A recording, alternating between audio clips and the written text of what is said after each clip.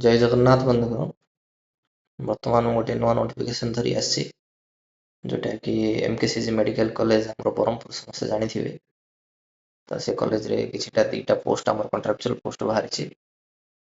ଆଉ ଦେଖନ୍ତୁ ଯେଉଁଟାକି lab technician and data manager ଦୁଇଟା ଉପରେ ପୋଷ୍ଟ ରହିଛି। ଆମର ଯେଉଁଟାକି ନୋଟିଫିକେସନ୍ ପବ୍ଲିଶ କରାଯାଇଥିଲା 7/11/2025ରେ। ଆଉ ତାର ଶେଷ ତାରିଖ ଯେଉଁଟାକି ଆମର 20/11/2025ରେ ଅଛି। ଏଇଟା ହେଉଛି ତାର ସର୍ଟ ନୋଟିଫିକେସନ୍, ଆପଣ ଦେଖିପାରୁଥିବେ।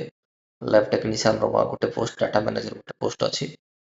ଲ୍ୟାବ୍ ଟେକ୍ନିସିଆନର 25,000 per annum, data manager 20,000 per annum ରଖାଯାଇଛି। ଏଇଟା କନସୋଲିଡେଟେଡ୍ ବେସିସ୍ରେ ରହିବ, ଯେଉଁଟାକି ଆମର କଣ୍ଟ୍ରାକ୍ଚୁଆଲ ଲେଭେଲ୍ ଉପରେ ହିଁ, ରେଗୁଲାର ନୁହଁ। ଆର ପୁରା ବିବରଣୀ ଜାଣିବା ପାଇଁ ଆପଣ www.mkcgmch.org ଯାଇକି ଆପଣ ଏହାର ପୁରା ବିଷୟବସ୍ତୁ ଜାଣିପାରିବେ। ଯେହେତୁ MKCG ମେଡ଼ିକାଲ କଲେଜରେ ଭ୍ୟାକେନ୍ସି ରହିଛି, ଆପଣ ସେଇ ଡେଟ୍ ସୁଦ୍ଧା ଯାଇ ଆପଣ ତାର ଆପ୍ଲିକେସନଟିକୁ ସବମିଟ୍ କରିପାରିବେ ଏବଂ ପରବର୍ତ୍ତୀ ସମୟରେ ଯାଇ ଇଣ୍ଟରଭ୍ୟୁ ମଧ୍ୟ ଦେଇପାରିବେ।